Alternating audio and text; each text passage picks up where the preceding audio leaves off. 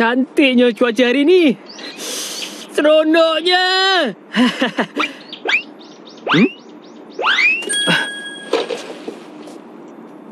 Bekas apa ni? Oh, Jangan sentuh. Ini harta rampasan saya. benda tu tiba-tiba je muncul.